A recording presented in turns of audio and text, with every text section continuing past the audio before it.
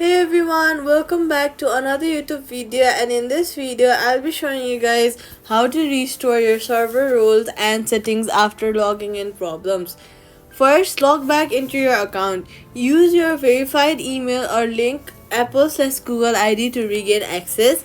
Then open each server roles and settings that are linked to your account, not the device, so they should restore automatically. Then refresh the app, pull down on the service list or restart Discord to ensure all roles or permissions are loaded correctly. Privacy tip: only log in to the official Discord app or website to prevent account compromise.